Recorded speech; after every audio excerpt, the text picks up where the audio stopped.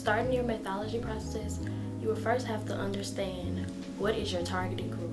Keep in mind that your sample is coming from Xavier students.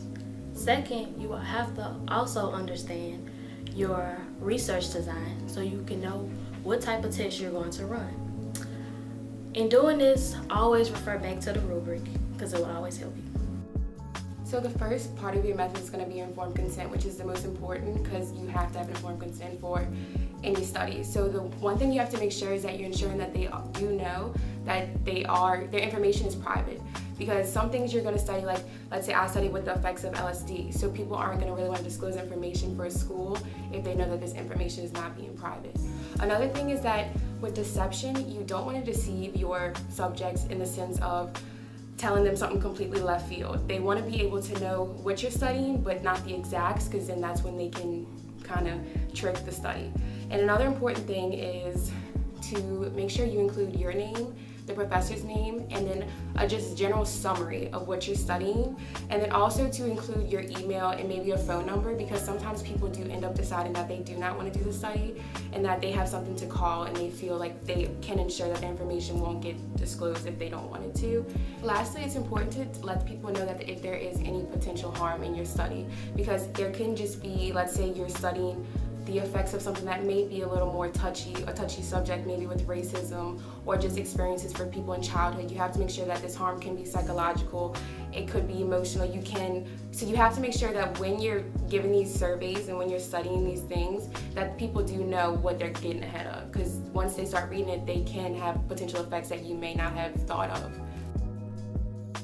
So the second part of your methods is going to be the body of your method. So this could be surveys, this could be videos, this could be your word searches, your pictures, whatever you decide to use.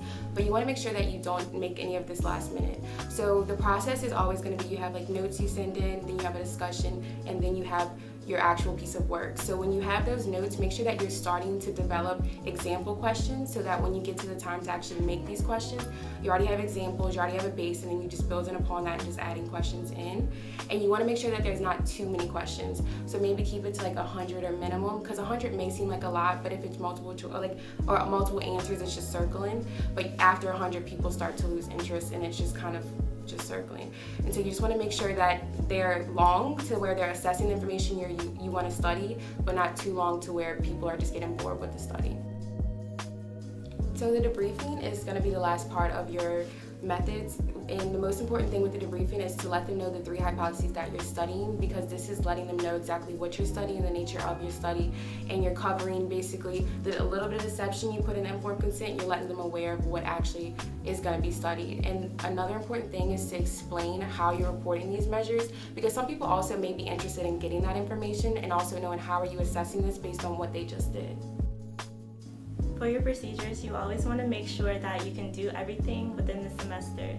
So if you want to do a longitudinal study, make sure that you can do it within the semester and you're not going overboard. Because although you want to put a lot of effort into this, you also want to make sure that you're not like spreading yourself too thin. Also, with that in mind, you always want to make sure that you anticipate everything going wrong. And that just means that you always have a plan B for every step of your procedure. So you always troubleshoot sooner rather than later, and you're always anticipating something going wrong so that you can be one step ahead.